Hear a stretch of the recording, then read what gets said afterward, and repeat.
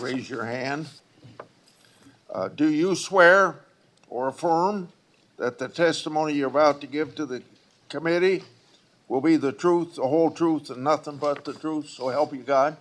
I do, Mr. Chairman. Okay. You may proceed.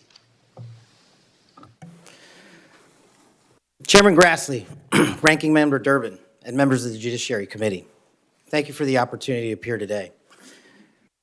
I must start with a word of prayer for the tragic accident that befell our nation last night, where we lost civilians and service members. I pray for their families. I pray for law enforcement and military personnel, and I pray for their souls, and hopefully God will find them peace in the near future.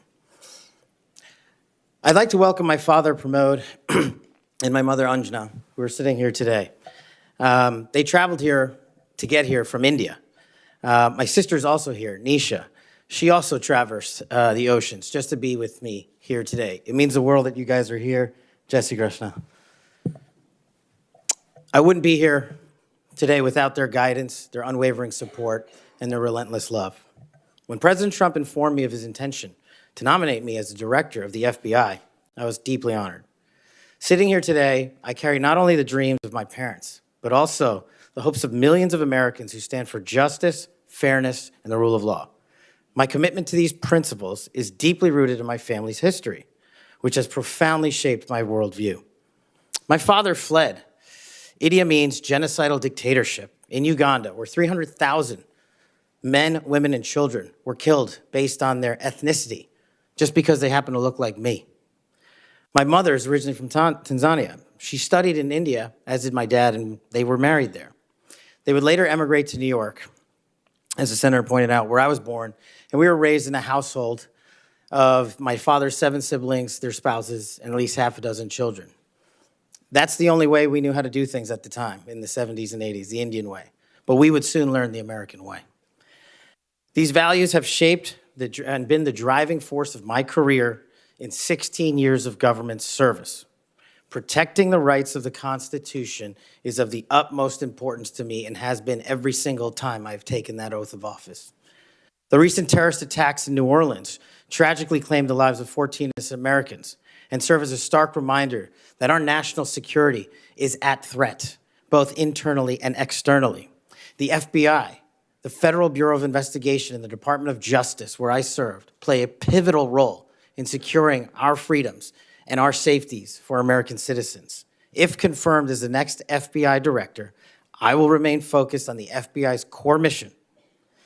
That is to investigate fully wherever there is a constitutional factual basis to do so, and to never make a prosecutorial decision that is solely the providence of the Department of Justice and the Attorney General. For the first 8 years after law school, I served as a public defender, first for Miami-Dade County and later for the Southern District of Florida. During that time, I represented some pretty awful human beings, charged with some pretty heinous crimes.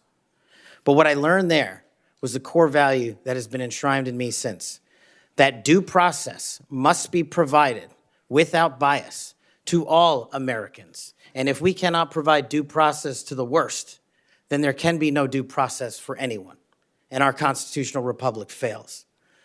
But I battled on that hill for that due process. I would later serve in the Obama Justice Department as a terrorism prosecutor in the National Security Division, where we successfully contributed to the prosecution of terrorist organizations like Al-Qaeda, Al-Shabaab, and others. I was honored to receive the 2017 Assistant Attorney General's Award from Loretta Lynch for my work in helping the Ugandans bring members of Al-Shabaab to justice for murdering 74 innocent people, including an American. I would also receive the Human Intelligence Award from the intelligence community for related work on that mission.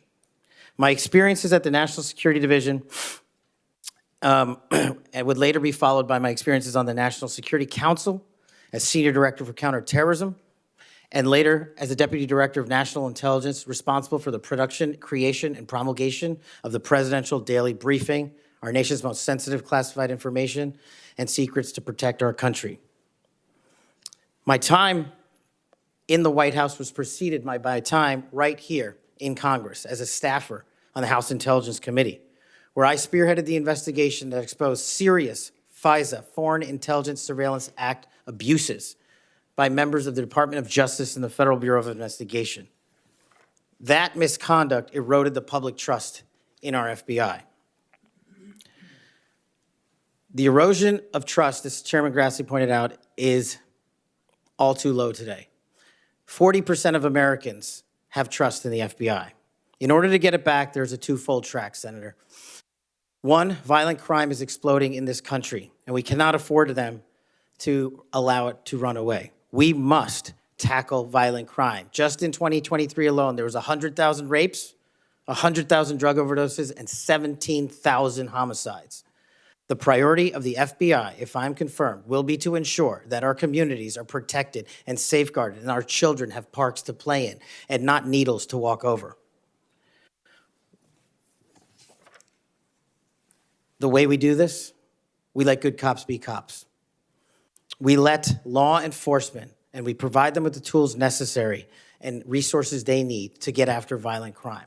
The second way we do this on equal track is aggressive constitutional oversight from Congress.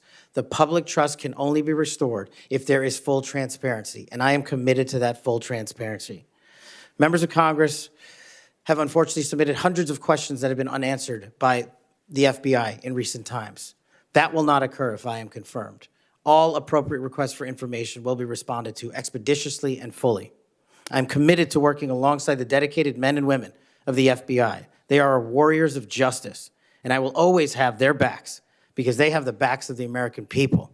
I look forward to answering your questions, and I want to take a moment to thank my family, my friends, people who traveled here, and my entire team that has made this day possible. God bless America, and I look forward to your questions.